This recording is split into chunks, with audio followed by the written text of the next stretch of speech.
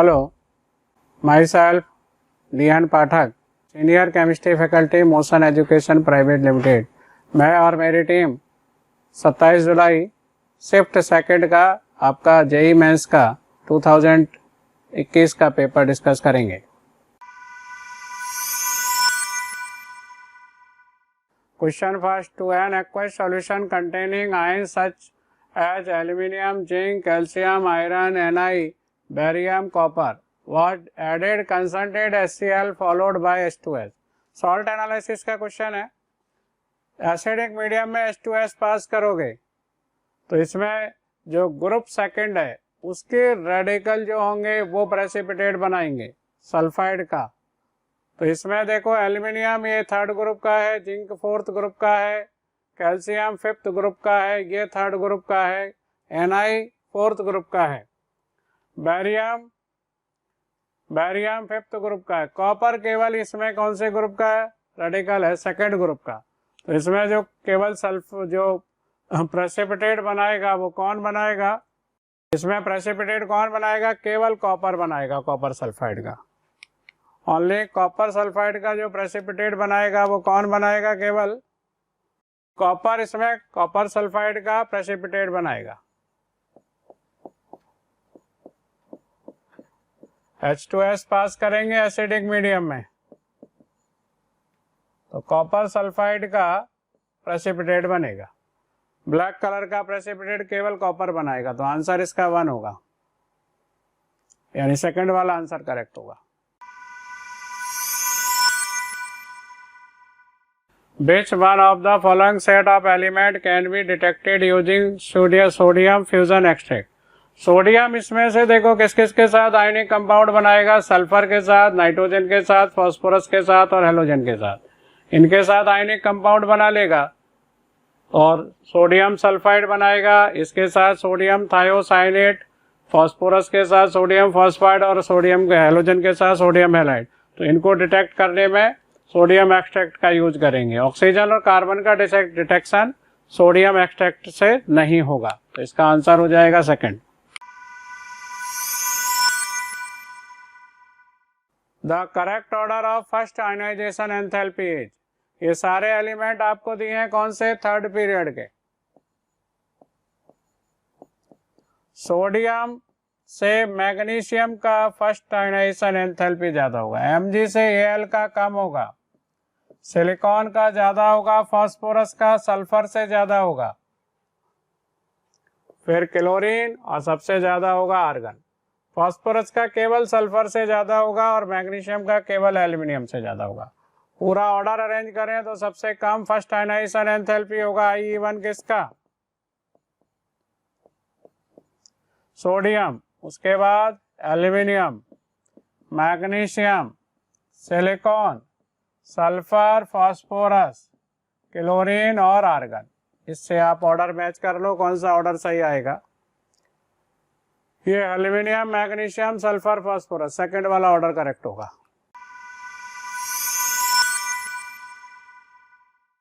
चलिए बच्चों बात करते हैं नेक्स्ट क्वेश्चन की। क्वेश्चन नंबर 4 हमें दे रखा है RCN, this is alkyl cyanide. यहां पर दे रखा है डाइबल H। डाइबल H क्या होता है, एक रिड्यूसिंग एजेंट होता है और बहुत फेमस रिएक्शन है, बहुत इंपॉर्टेंट रिएक्शन भी ये वाली। हर एक साल 2 साल के बाद ये क्वेश्चन आता रहता है डाइबल H का, इस बार फिर से आया है। तो यहां पर पूछा हुआ है RY, हमें बताना है कि ये Y क्या होगा। तो डाइबल H साइनाइड ग्रुप को रिड्यूस करके बनाता है एल्डिहाइड ग्रुप, मतलब साइनाइड ग्रुप को रिड्यूस करके एल्डिहाइड ग्रुप में कन्वर्ट कर देता है। तो यहां पर जो Y होगा, मतलब ये जो CN है ये कन्वर्ट हो जाता है किसमें, एल्डिहाइड ग्रुप में। तो यहां पर जो Y होगा ये Y हो जाएगा एल्डिहाइड ग्रुप नंबर 1। तो जो ऑप्शन फर्स्ट है वही इसका सही आंसर होगा।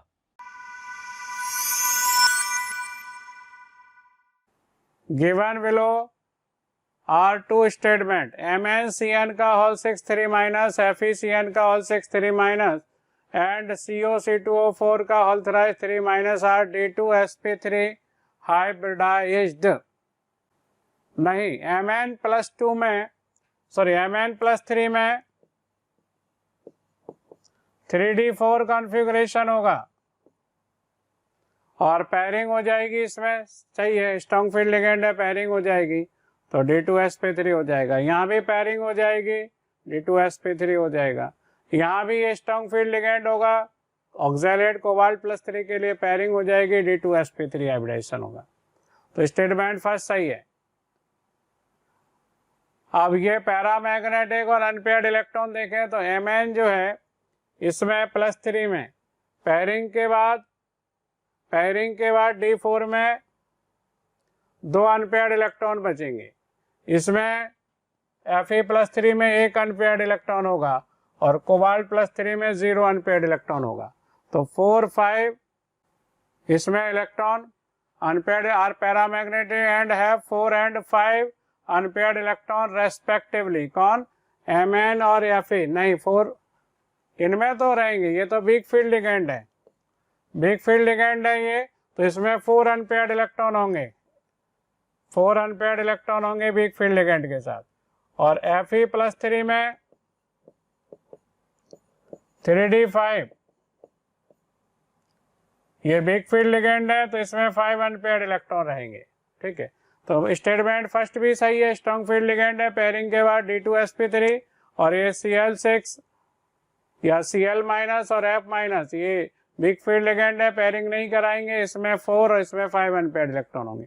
दोनों सही है लेकिन इसका एक्सप्लेनेशन सही नहीं है।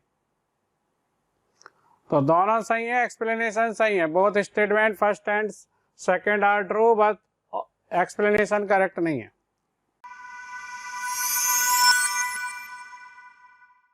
ओके, नेक्स्ट क्वेश्चन की बात करते हैं। क्वेश्चन नंबर 6 दे रखा है इसमें, given below are 2 statement. First statement given है यहाँ पर, hyperconjugation is a permanent effect. Yes, ये तो बिल्कुल सही है। इंडक्टिव इफेक्ट ले ले, हाइपर कंजुगेशन ले ले, रेजोनेंस ले ले, ये सब के सब क्या है? परमानेंट इफेक्ट है। ठीक है, तो जो स्टेटमेंट नंबर फर्स्ट यहाँ पर होगा ये करेक्ट स्टेटमेंट है। सेकंड की बात करें, हाइपर कंजुगेशन इन इथाइल कैटाइन, ये पर्टिकुलर कैटाइन है, involves the overlapping of CsP2-H1s bond with Mt2p orbital of other carbon। देखिए ये इनकरेक्ट स्टेटमेंट है। कैसे?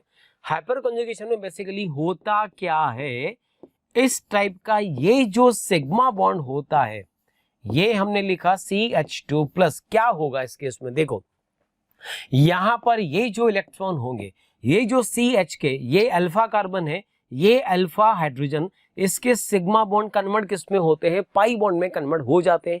यही हाइपर कंजुगेशन होता है। तो यहां पर ओवरलैपिंग कौन सी? ये वाला सिग्मा बॉन्ड पाई में कन्वर्ट हो रहा है, तो ये इलेक्ट्रॉन किस में, किस ऑर्बिटल में होगा?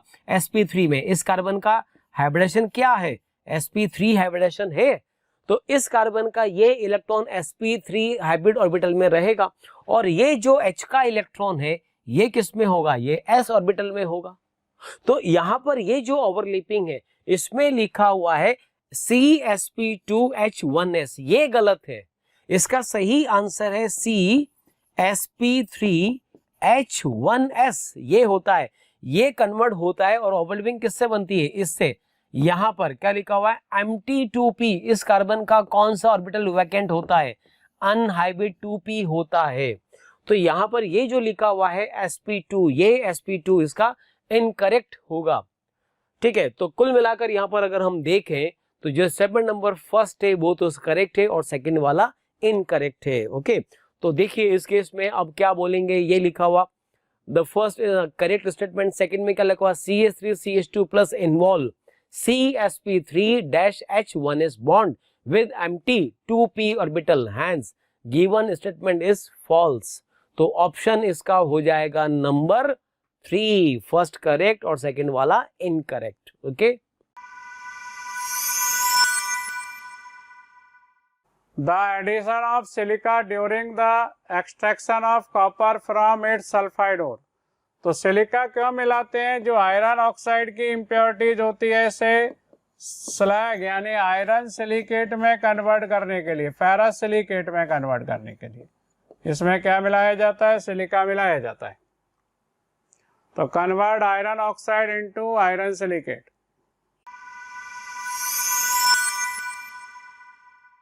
चलिए बात करते हैं नेक्स्ट क्वेश्चन नंबर 8 की। इसमें दे रखा है the correct sequence of correct reagents for the following transformation. यहां पर हमें कंपाउंड दे रखा है नाइट्रोबेंजीन से हमें बनाना है मेटाक्लोरोफिनॉल। ये कंपाउंड बनाना है, कुछ ये रिएजेंट्स दे रखे हैं, हमें इसका सीक्वेंस सेलेक्ट करना है। तो यहां पर देखिए इस केस में मेटा पर मतलब जो NO2 है, इस NO2 को हमें OH में कन्वर्ट करना है। तो याद रखो NO2 को OH में कन्वर्ट करने का तरीका क्या होता है, पहले हम NO2 का रिडक्शन करें NH2 में, NH2 का फिर हम क्या करें डाई एजोटाइजेशन करें, उसके बाद रिएक्शन हम किससे कराते हैं वाटर से, तो क्या बन जाएगा फिनॉल बन जाएगा। लेकिन ये तो हुआ इससे ये बनाना, लेकिन मेटा पर क्लोरो भी तो आ रहा है। तो यहां पर पहले क्या करते हैं, देखो यहां पर ये ऑप्शन नंबर 4 हम कंसिडर करते हैं। इस केस में क्या होगा, देखो ये रहा सीक्वेंस, हमें दे रखा है नाइट्रोबेंजीन। कैसा ग्रुप होता है ये, नाइट्रो ग्रुप कैसा होता है, मेटा डायरेक्टिंग ग्रुप होता है, माइनस हम शो करेगा तो मेटा डायरेक्टिंग ग्रुप होगा। रिएक्शन पहले कराते हैं Cl2/FeCl3 के साथ, से मेटा पोजीशन पर आता है पहले Cl, मेटा पर तो क्लोरो आ गया, ठीक है, कंपाउंड बना मेटा क्लोरो नाइट्रोबेंजीन। अब नाइट्रो का हम करते हैं रिडक्शन किससे, FeHCl भी ले सकते हैं, टिन HCl भी ले सकते हैं, ठीक है ना। तो हमें दे रखा है FeHCl क्या करेगा रिडक्शन करेगा, तो NO2 ग्रुप को कन्वर्ट किस में कर देगा, NH2 ग्रुप में रिड्यूस कर देगा। उसके बाद ये NH2 group NaNO2 plus HCl ये क्या हुआ die azotisation, NH2 group convert किस में होगा डाइजेनियम सॉल्ट में कन्वर्ट होगा, जो कि फाइनली वाटर से रिएक्शन करके क्या बना देगा फिनॉल बना देगा। तो अल्टीमेटली कंपाउंड क्या बनेगा मेटाक्लोरोफिनॉल, ठीक है। तो सीक्वेंस क्या आया, सबसे पहले क्लोरीन FeCl3, उसके बाद FeHCl रिडक्शन, उसके बाद NaNO2 प्लस HCl और लास्ट में एसिडिक मीडियम में हाइड्रोलिसिस। तो ऑप्शंस यहां पर अगर हम देखें तो इसका जो करेक्ट ऑप्शन बनता है वो बनेगा ऑप्शन नंबर 4।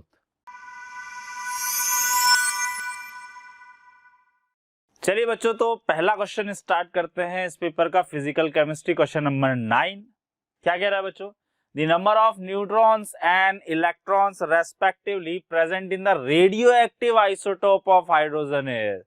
आइसोटोप्स की अगर बात करी जाए बच्चों तो हाइड्रोजन के कितने आइसोटोप्स होते हैं 3, लेकिन क्या तीनों रेडियोएक्टिव होते हैं, नहीं सर, केवल और केवल ट्रिटियम ही रेडियोएक्टिव होता है। तो बोलो न्यूट्रॉन कितने, न्यूट्रॉन कैसे निकालते हैं बच्चों, atomic mass minus atomic number, 3 - 1 is equal to what 2, और इलेक्ट्रॉन का नंबर एटॉमिक नंबर यानी 1 हो ही जाएगा। तो बच्चों अपने से पूछा क्या है उन्होंने, कि न्यूट्रॉन एंड इलेक्ट्रॉन्स। तो न्यूट्रॉन एंड इलेक्ट्रॉन्स की अगर बात करी जाए बच्चों तो न्यूट्रॉन कितना होगा 2 और इलेक्ट्रॉन कितना हो जाएगा 1। तो 2 and 1 यानी ऑप्शन नंबर 2 जो है वो करेक्ट आंसर हो जाएगा। चलिए बच्चों नेक्स्ट बात करते हैं क्वेश्चन नंबर 10 की। हमें दे रखा है compound A gives D galactose and D glucose on hydrolysis the compound A is। देखो क्या है यहाँ पर क्या मिल रहा है, D galactose मिल रहा है एंड D glucose मिल रहा है। इसका मतलब मॉलिक्यूल कैसा होगा, डाइसैकेराइड होगा। हालांकि यहाँ पर ये हमें दे रखा है लैक्टोस डाइसैकेराइड, ये भी डाइसैकेराइड, माल्टोस भी डाइसैकेराइड। तो यहाँ पर इसका सही आंसर होता है lactose.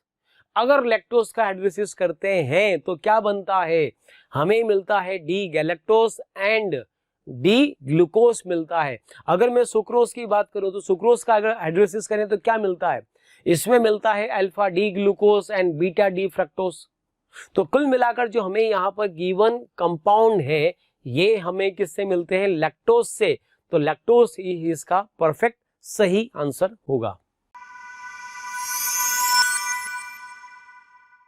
Okay next question discuss करते हैं। दे रखा है question number 11, consider the consider the below reaction and choose the correct statement. ये हमें एक अल्कोहल दे रखा है, रिएक्शन हमें कर रखी है कॉन्सेंट्रेट H2SO4 से एट हाई टेम्परेचर। तो ये जो रिएक्शन हुई इसमें देखो एक ये बना रखा है एक ये बना रखा है, दोनों में डिफरेंस क्या है, ये ट्रांसफॉर्म है ये सिस फॉर्म है, ठीक है। मतलब कुल मिलाकर जो रिएक्शन हमें दे रखी है वो डिहाइड्रेशन ऑफ अल्कोहल है। उसमें 2 टाइप का एल्कीन बना रखा है, trans alkene and cis alkene. और तुम्हें याद भी होगा ट्रांस एल्कीन को हम बोलते हैं सेडजेफ एल्कीन, और cis alkene less stable alkene जो होता है उसको हम बोलते हैं हॉफमैन एल्कीन। तो यहां पर क्या दे रखा है, कुछ स्टेटमेंट है, जरा देख लेते हैं इनको क्या लिखा हुआ है। The reaction is not possible in acidic medium, गलत है। रिएक्शन H2SO4 ये तो एसिड है, रिएक्शन होती ही एसिडिक मीडियम में है ये, ठीक है। फिर दे रखा both compound A and B are formed equally, compound B will be the major, compound A will be the major.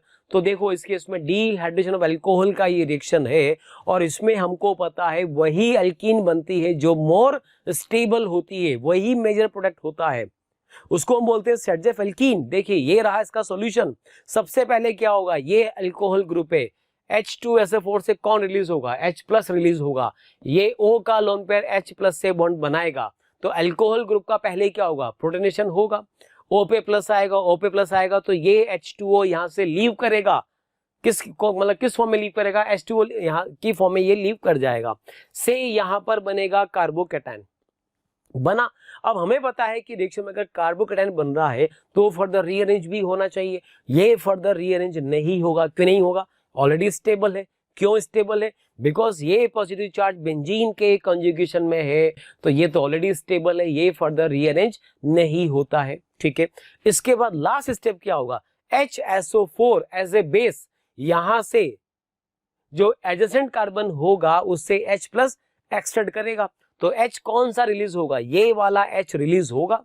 तो यहाँ पे प्लस आया, यहां से H+ रिलीज हुआ, C पे चार्ज माइनस आएगा और वो माइनस पाई बॉन्ड में कन्वर्ट होगा। कहने का मतलब अल्टीमेटली ये वाला इन 2 कार्बन के बीच में डबल बॉन्ड आएगा, और ये जो डबल बॉन्ड आएगा, ये जो अल्कीन बनेगा, ये ज्योमेट्रिकल आइसोमरिज्म में शो करेगा। ज्योमेट्रिकल का मतलब एक सिस फॉर्म बनेगा तो ट्रांस भी बनेगी, मतलब ये भी बनेगा, ये भी बनेगा। इस केस में मेजर कौन होता है, इस केस में मेजर होता है trans alkene, Saytzeff alkene, more stable alkene will be major product. तो यहां पर अगर हम देखें तो अब बताइए इसका जो करेक्ट आंसर यहां पर हो जाएगा वो क्या कहेंगे हम, compound A will be the major product, यही मेजर होगा।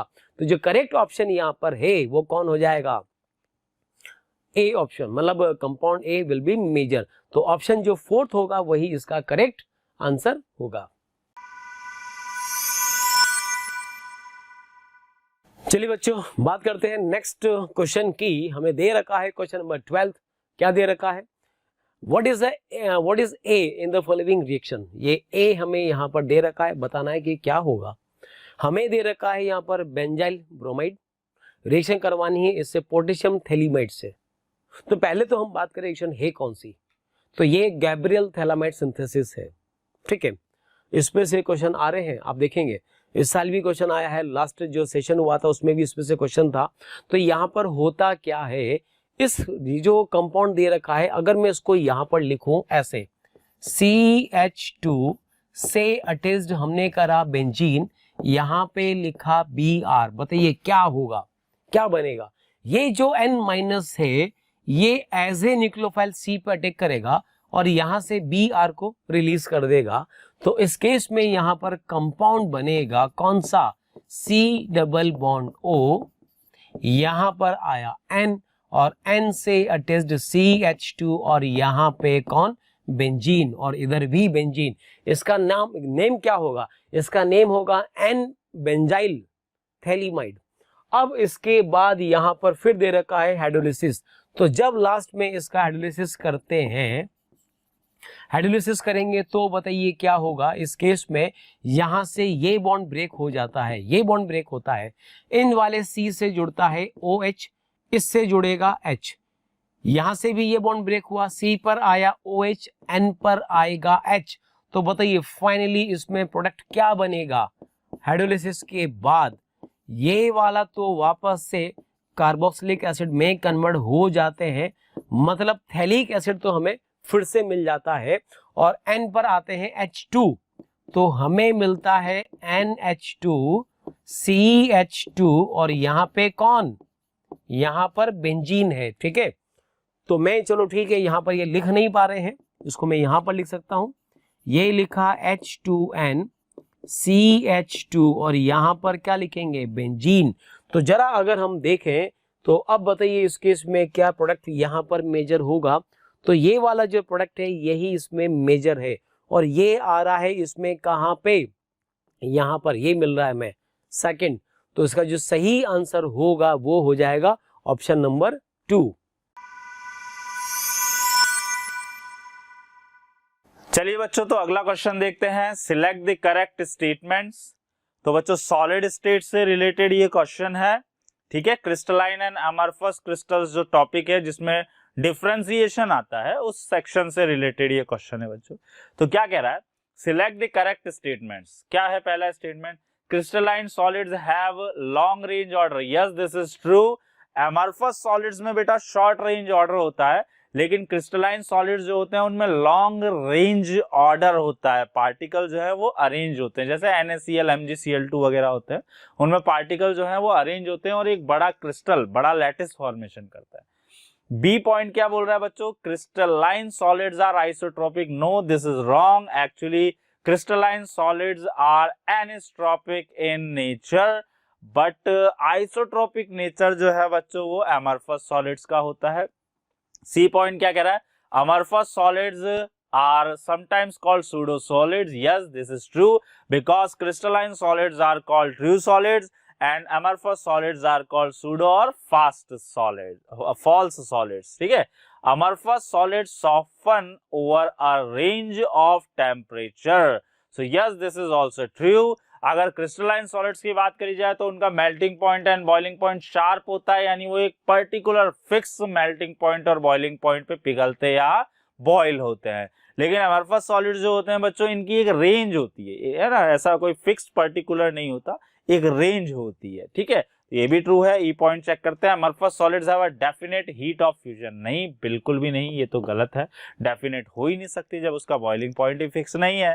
ठीक है, तो ए, सी एंड डी करेक्ट हैं, जो कि हमें ऑप्शन नंबर सेकंड में दिए गए हैं। चलिए बात करते हैं नेक्स्ट क्वेश्चन की, क्वेश्चन नंबर 14। इसमें हमें यहाँ पर एक ये कंपाउंड दे रखा है, रिएक्शन इसका करवाना है कॉन्सेंट्रेट HBr से और बताना है बनने वाला जो P है मेजर प्रोडक्ट, ये हमें बताना है। Consider the above reaction, the major product P formed is. तो देखो रिएक्शन क्या होगा समझना। यहाँ पर हमें ये कंपाउंड दे रखा है, जरा ठीक से देखो, ये जो कंपाउंड है वो ये दे रखा है। सबसे पहले क्या होगा, HBr, रिएक्शन हमने किससे करवाई, HBr से। HBr क्या होता है, एसिड होता है। एसिड क्या करेगा, पहले H+ रिलीज करेगा, तो ये H+ वहां पर अटैक करेगा जहां पर इलेक्ट्रॉन डेंसिटी ज्यादा होगी। तो लोन पेयर यहाँ पर किसके पास है, O के पास है। ये ऑक्सीजन इस H+ से बॉन्ड बनाएगा, मीन्स हाइड्रोक्सी ग्रुप पर पहले क्या होगा, प्रोटोनेशन होगा। ठीक है, H जुड़ा तो O पे चार्ज प्लस आया, अब ये प्लस क्या करेगा, H2O की फॉर्म में लीव करेगा। लीव करा तो यहाँ पर लीव करने के बाद जरा बताइए इस वाले C पर, इसको मैं ऐसे भी बना सकता हूं, ये लिखा C double bond O CH3 double bond CH2, ये आया प्लस। तो जब H2O लीव करेगा इस C पे प्लस आएगा, और जैसे ही यहाँ पे प्लस आएगा, यहाँ पर देखो ये जो पाई बॉन्ड है ये इस पॉजिटिव चार्ज के कंजुगेशन में है, तो ये पाई बॉन्ड यहाँ से रेजोनेंस करके यहाँ पर डीलोकलाइज होगा। तो जब ये डीलोकलाइज यहाँ पर हो जाएगा तो पाई बॉन्ड यहाँ बनेगा और प्लस किस पर आ जाएगा, अब इस वाले C पे प्लस आ जाएगा, ये कैटायन बनेगा। और जब ये कैटायन बनेगा तो इस पर फाइनल अटैक किसका होगा, Br- का। ये Br- इस पर अटैक करके ये वाला प्रोडक्ट बना देता है, तो यही इसका फाइनल प्रोडक्ट बनेगा।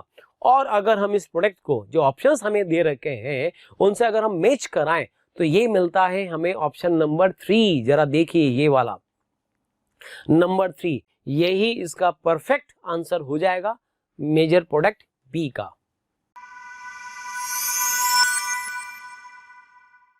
बच्चों तो क्वेश्चन नंबर 15 देखते हैं, क्या कह रहा है question number 15। Given below are two statements, one is labelled as assertion A and the other is labelled as assertion reason का क्वेश्चन है बच्चों। SO2 is absorbed to a larger extent than H2 on activated charcoal। तो हाँ बच्चों बिल्कुल सही है ये कि अच्छा, ये कहाँ से क्वेश्चन है बच्चों, क्रिटिकल टेम्परेचर यानी गैसियस स्टेट से रिलेटेड क्वेश्चन है, ठीक है। तो क्या कह रहा है बच्चों, SO2 इज एडजॉर्ब, अच्छा गैसियस स्टेट प्लस जो सरफेस केमिस्ट्री को मिक्स करके बना दिया, तो SO2 is adsorb to a larger extent than H2। H2 कैसा होता है बच्चों, नॉन पोलर, और SO2 क्या होता है, पोलर। जो पोलर कंपाउंड्स होते हैं वो ज्यादा एडजॉर्ब होते हैं चारकोल की सरफेस पे ना, ठीक है। तो SO2 is adsorb to a larger extent than H2 on activated charcoal. तो यस, ये बिल्कुल ट्रू स्टेटमेंट है। जिनका पोलैरिटी ज्यादा होगी जिन गैसेस की, वो ज्यादा एडजॉर्ब होते हैं। आगे क्या बोला है रीजन में, SO2 has a higher critical temperature than H2। हाँ बिल्कुल सही है, जो मैं सरफेस पे एडजॉर्ब होने की बात कर रहा हूँ पोलर नॉन पोलर से, वो हम क्रिटिकल कंडीशन से भी समझा सकते हैं। जिस गैस का क्रिटिकल टेम्परेचर ज्यादा होगा वो क्या होगी बच्चों, ज्यादा एडजॉर्ब होगी। So yes, this is also correct reason, ठीक है। तो assertion and reason are correct and reason is the correct explanation of A. तो ऑप्शन नंबर 1 जो है वो हमारा करेक्ट हो जाएगा।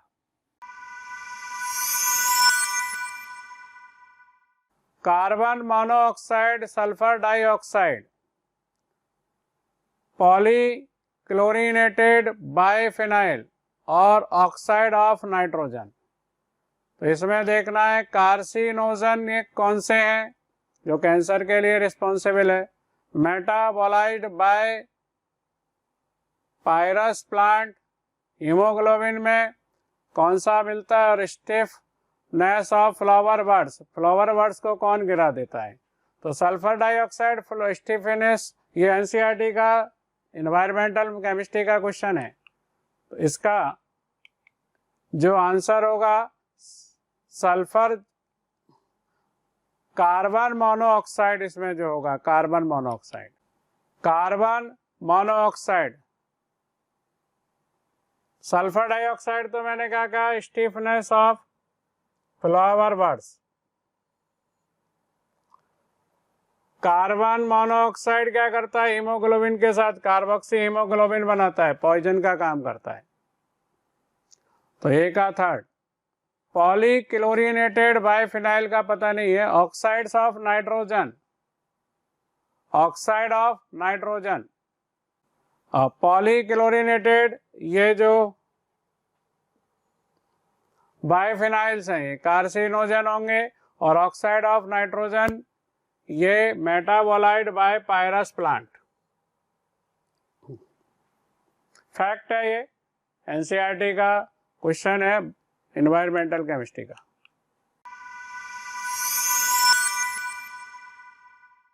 तो बच्चों क्वेश्चन नंबर 17 देखते हैं क्या कह रहा है। थॉमसन मॉडल और रदरफोर्ड को मिला के बनाया हुआ क्वेश्चन।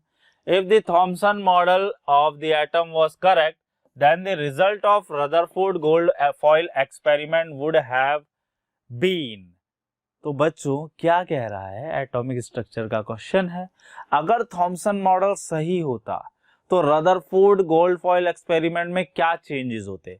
तो बच्चों अगर थॉमसन मॉडल सही होता तो न्यूक्लियस तो होता, न्यूट्रॉन तो होता ही नहीं, है ना। न्यूट्रॉन नहीं होता तो न्यूक्लियस भी नहीं होता, तो न्यूट्रॉन तो होता ही नहीं, यानी केवल पॉजिटिव होता और केवल नेगेटिव चीजें ही होती, यानी इलेक्ट्रॉन और प्रोटॉन होता। न्यूट्रॉन नाम की कोई चीज नहीं थी उस टाइम पे, आपको याद ही होगा, ठीक है।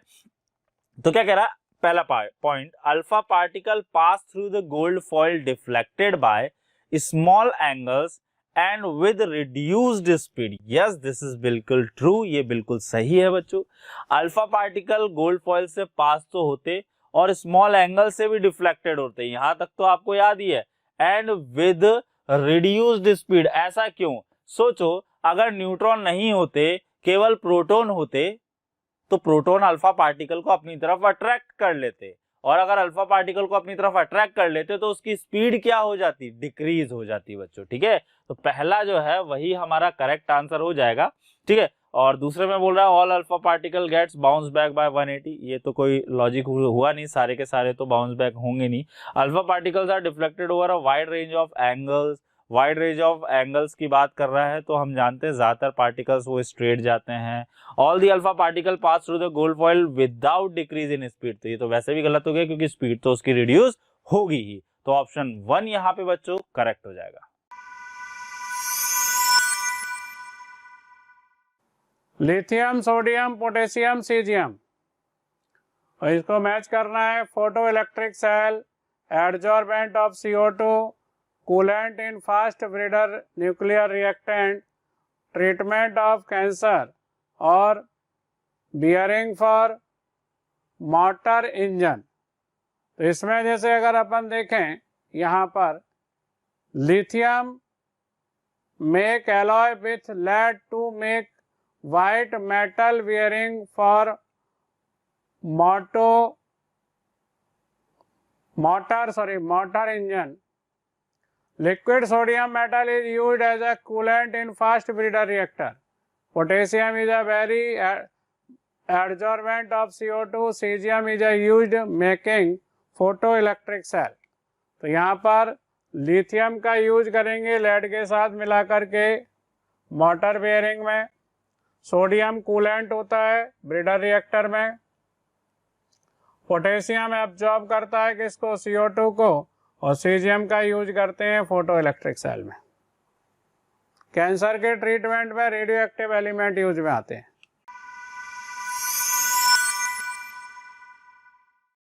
Number of chlorine oxygen double bonds in chlorous acid, chloric acid and perchloric acid. तो इनका स्ट्रक्चर ये रहा, ये आपका कौन सा एसिड हो गया, क्लोरस एसिड, और इसमें कितने क्लोरीन ऑक्सीजन डबल बॉन्ड है, 1। ये क्लोरिक एसिड हो गया, इसमें कितने बॉन्ड है, 2 बॉन्ड है। और ये पर क्लोरिक एसिड में कितने क्लोरीन ऑक्सीजन डबल बॉन्ड है, 3। तो 1 2 एंड 3 आंसर हो जाएगा इसका। 1 2 3 आंसर 4 हो जाएगा। ओके बच्चों, नेक्स्ट क्वेश्चन की बात करते हैं।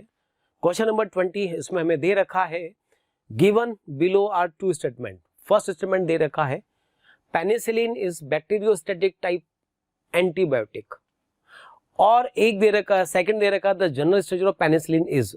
तो याद रखिए ये, अब देखो ये एनसीईआरटी में से आया हुआ सेट क्वेश्चन है।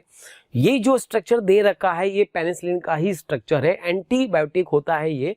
तो ये स्टेटमेंट नंबर 2 है वो तो बिल्कुल सही है, लेकिन जो फर्स्ट है वो गलत है। कैसे? एंटीबायोटिक 2 टाइप की होती है, एक होती है बैक्टीरियोस्टैटिक और एक होती है बैक्टीरियोसाइडल। अगर यहां पर बैक्टीरियोस्टैटिक की जगह बैक्टीरियोसाइडल लिखा होता तो ये स्टेटमेंट करेक्ट होता। देखिए एंटीबायोटिक है जो क्या कहते हैं, हम कह सकते हैं बैक्टीरिया है उसको किल करने की मेडिसिन होती है, किल करने की। तो किल करने का मतलब साइडल, बैक्टीरियोसाइडल होता है वो। यहां पर लिखा हुआ है बैक्टीरियोस्टैटिक, बैक्टीरिया को स्टेगनेंट करने के लिए नहीं होता है ये। तो यहां पर ये जो स्टेटमेंट नंबर फर्स्ट है ये इनकरेक्ट ऑप्शन होगा, इनकरेक्ट स्टेटमेंट है।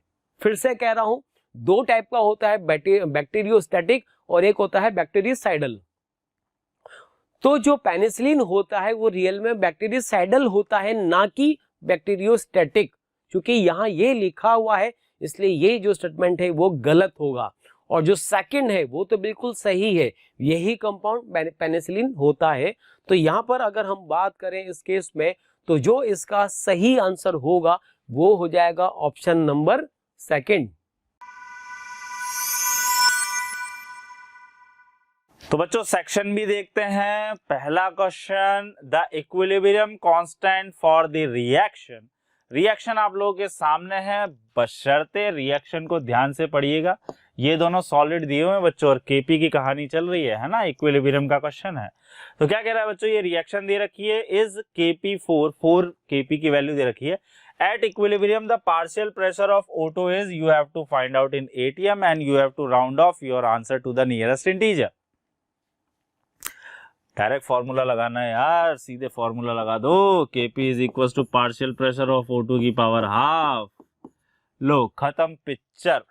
अच्छा कितनी अच्छी कैलकुलेशन दी गई है ना, इतनी अच्छी कैलकुलेशन तो आज से पहले कभी मिली ही नहीं होगी। 16 आंसर, हाँ राउंड अप करना है तो राउंड अप ही है भाई। तो आंसर कितना हो जाएगा बच्चों इसका, 16 ATM। ठीक है, ATM में आंसर देना था, ATM में आंसर आ जाएगा। ठीक है,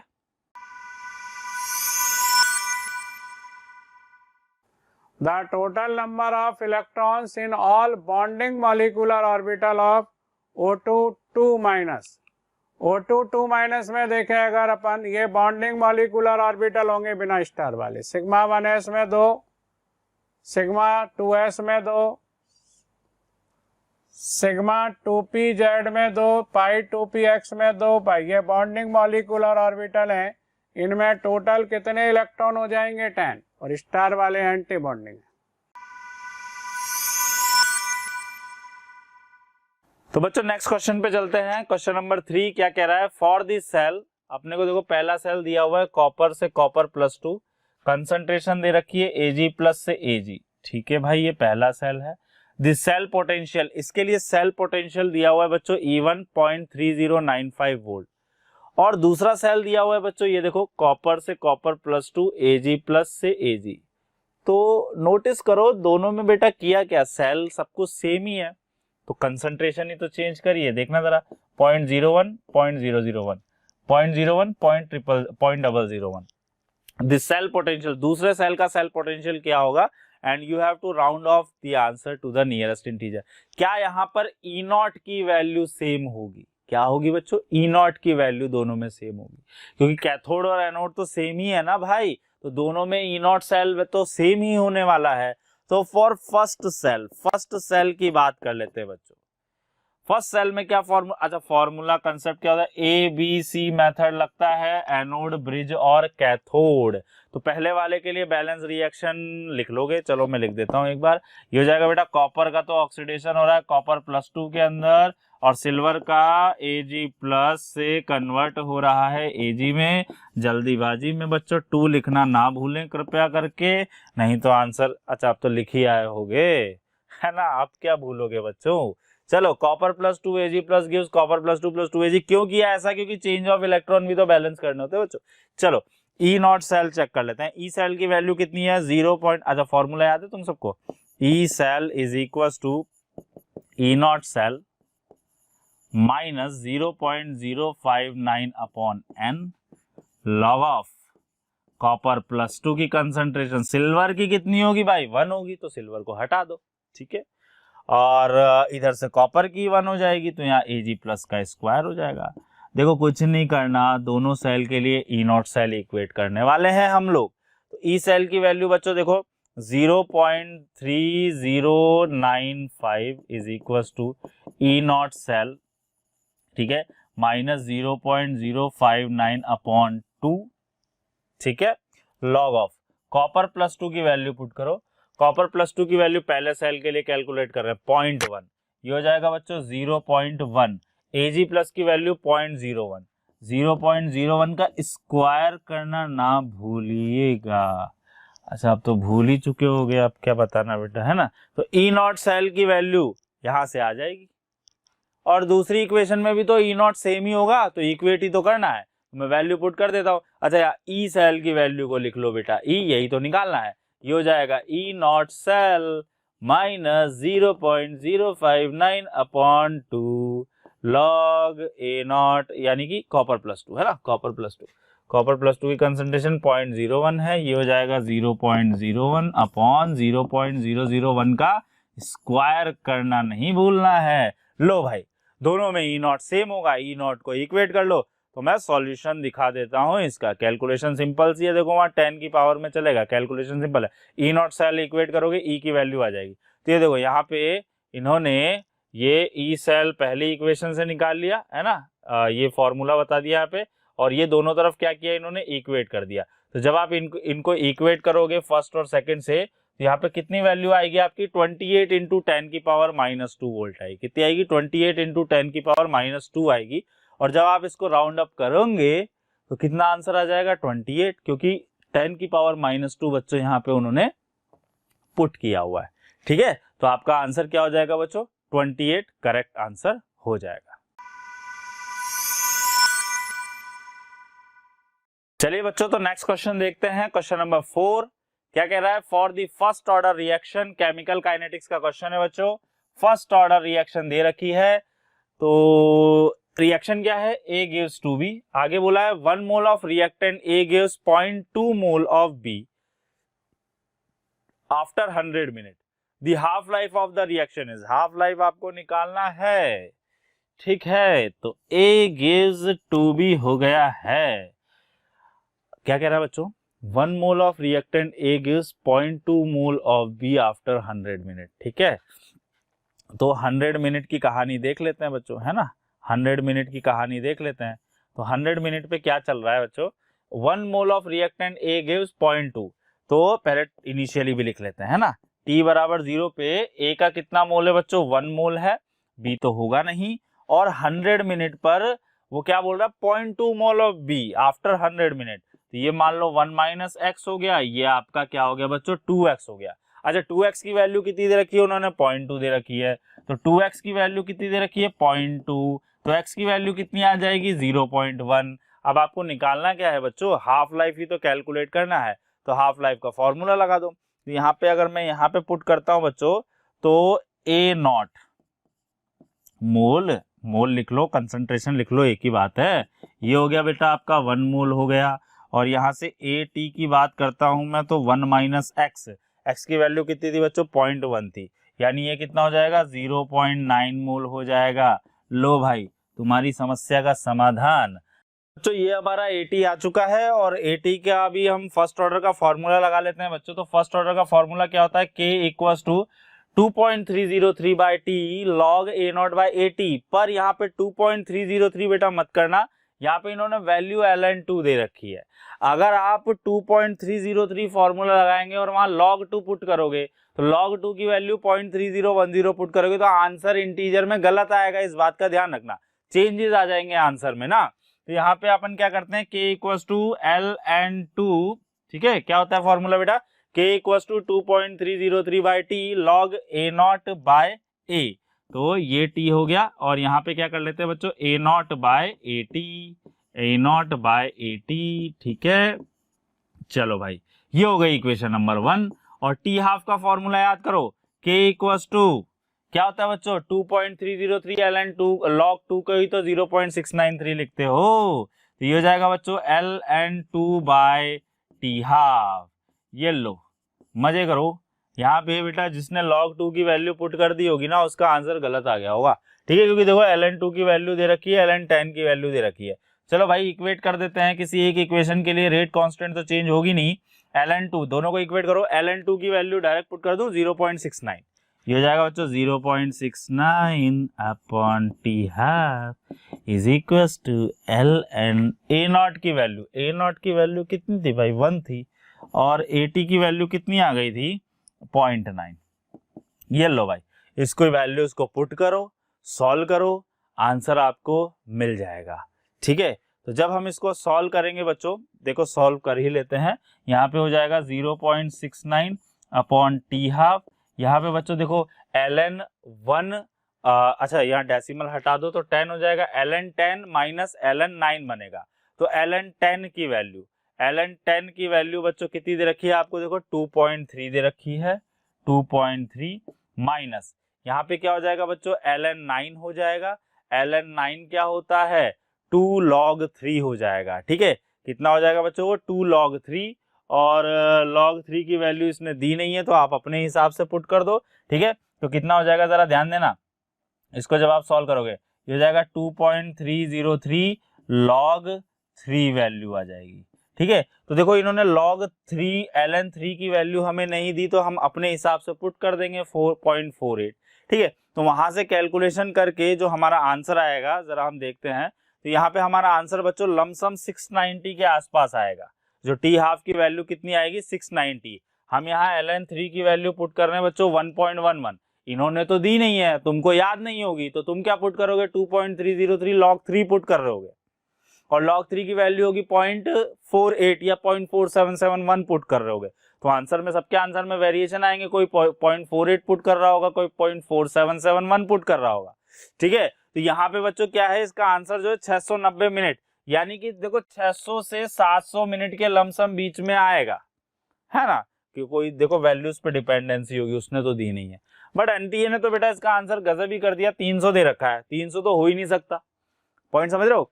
तो यहाँ से जो आंसर है बच्चों वो 600 से 700, जो कि यहाँ से सॉल्व करने पे 690 आपको नजर आ रहा है। ठीक है बच्चों, तो एनटीए ने 300 दिया है और मोशन 600 से 700 के बीच में दे रहा है। चलिए बच्चों, ठीक है।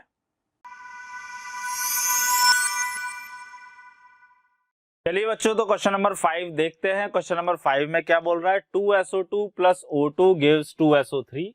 ठीक है भाई। The above reaction is carried out in a vessel starting with partial pressure. एक बार रिएक्शन लिख ली जाए, क्योंकि इसी में अपने को काम है बच्चों मेन इसका। ये हो गया 2SO3 हो गया। स्टार्टिंग कितने से कर रहे हैं बच्चों, ध्यान देना। स्टार्टिंग मतलब T=0 की कहानी। पार्शियल प्रेशर ऑफ SO2 कितना भी है, 250 मिलीबार। O2 कितना है, 750 मिलीबार। और SO3 0 बार है ना। SO3 0 बार होगा ही नहीं तो आएगा कहां से।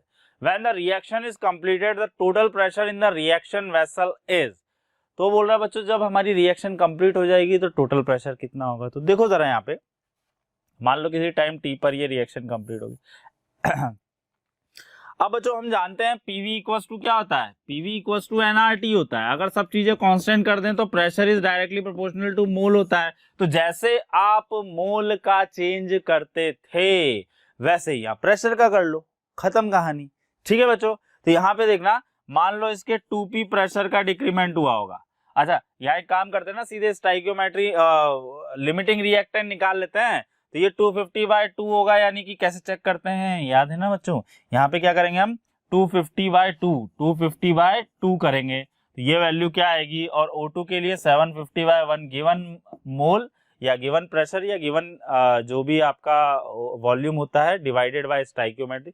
तो छोटी वैल्यू SO2 के लिए आएगी। तो ये हमारा क्या हो जाएगा बच्चों, लिमिटिंग रिएक्टेंट हो जाएगा। तो ये सीधे सीधे कितना हो जाएगा, 0, क्योंकि ये पूरा ही खर्च हो जाएगा। अब सोचो इसका 2 मोल जाएगा तो O2 का तो 1 ही मोल खर्च होगा ना बच्चों।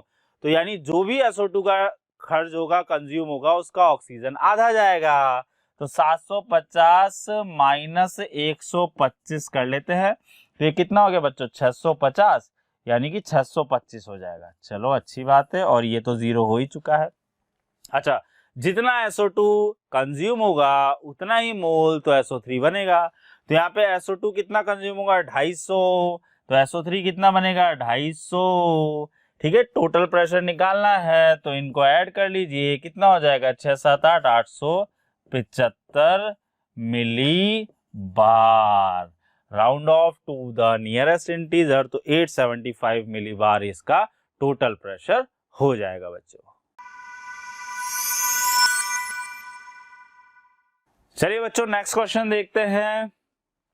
तो बच्चों नेक्स्ट क्वेश्चन जो है हमारा, वो थर्मोडायनेमिक्स या थर्मोकेमिस्ट्री भी कह सकते हैं, उससे रिलेटेड क्वेश्चन है। तो क्या क्वेश्चन है, when 400 ml of 0.02 mH2SO4 solution is mixed with 600 ml of 0.1 m NaOH, acid base neutralization reaction है तो पक्का हीट रिलीज होगी। चलिए भाई, the increase in temperature of the final solution is, तो टेम्परेचर ऑब्वियसली बात है इंक्रीज होना ही है क्योंकि हीट रिलीज हो रही है। तो बच्चों क्या अप्रोच रहनी चाहिए। अच्छा, बोल रहा है assume no change in volume of solution on mixing, density दे रखी है, स्पेसिफिक हीट दे रखी है, और 57.1 ये न्यूट्रलाइजेशन रिएक्शन, न्यूट्रलाइजेशन हीट उसने दी हुई है। अगर नहीं भी दी होती तो आप लोगों को ये याद करवा दिया जाता है कि अगर आप 1 मोल स्ट्रॉन्ग एसिड, या इक्विवेलेंट भी बोल सकते हो, 1 equivalent strong acid 1 equivalent strong base के साथ में रिएक्ट करवाओगे तो 57.1 किलो जूल की एनर्जी वहां पे रिलीज होती है। तो अप्रोच हम पहले मोल ऑफ H+ निकाल लेते हैं।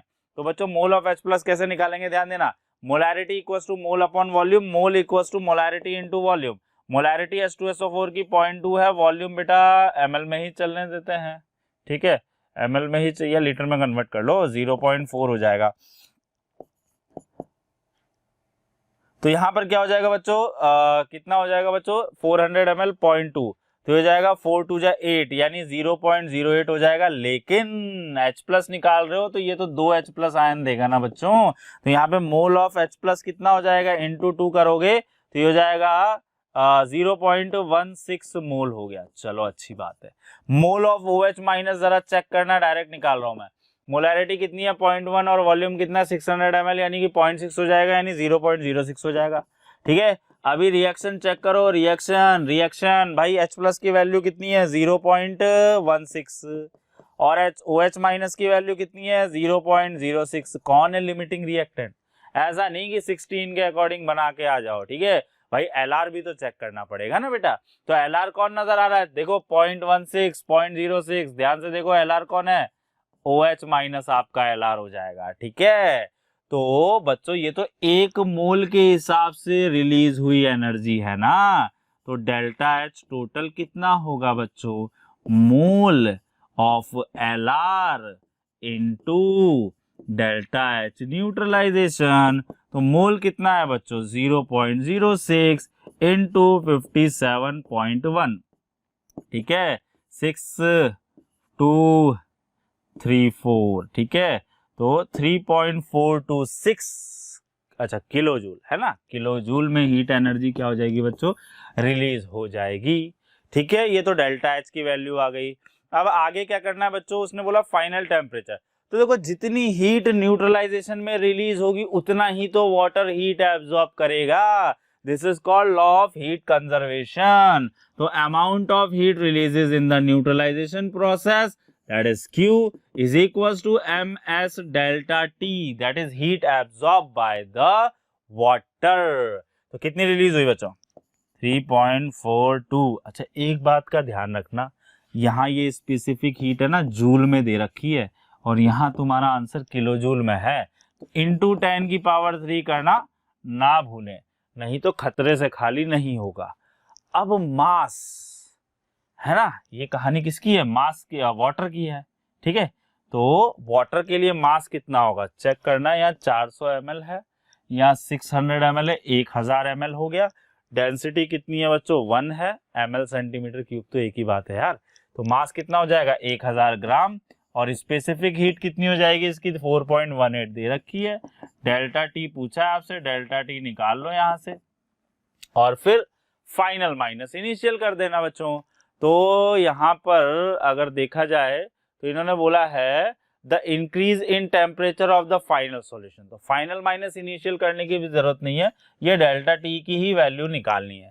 जरा देखना इसमें बेटा, यहाँ पे देखो डेल्टा टी की वैल्यू जब आप सॉल्व करेंगे तो ये कितना आ जाएगा? 0.8196। और अपने से बच्चों क्या बोला था इन्होंने?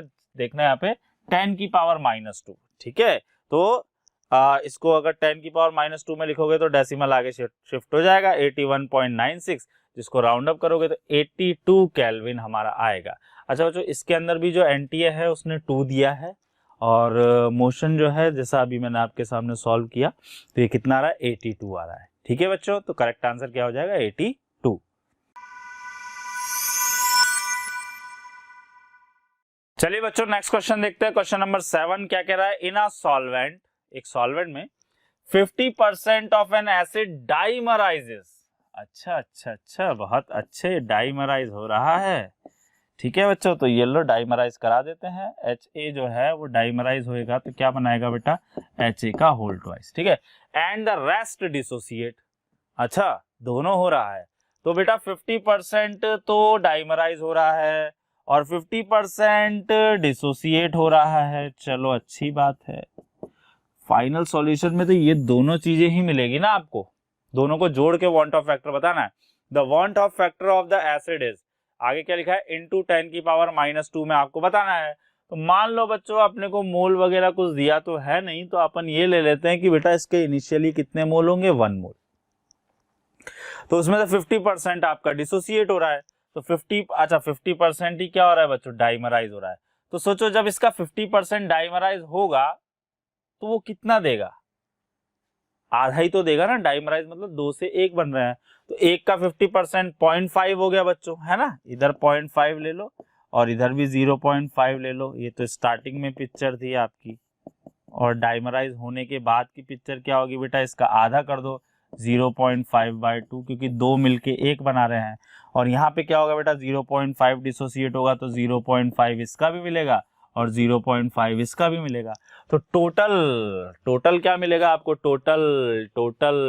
टोटल पार्टिकल्स कितने मिलेंगे? 0.5/2 0.25 तो यहाँ से मिल जाएगा, 0.5 यहाँ से मिल जाएगा, 0.5 यहाँ से मिल जाएगा, है ना। यहाँ से 0.25 H + 0.5 A - 0.5। तो टोटल कितना हो जाएगा बच्चों 1.25 हो जाएगा। और उसने क्या बोला 10 की पावर -2 की टर्म में आपको आंसर देना है, तो ये कितना हो जाएगा 125 इंटू 10 की power -2। So the correct integer for this question is 125।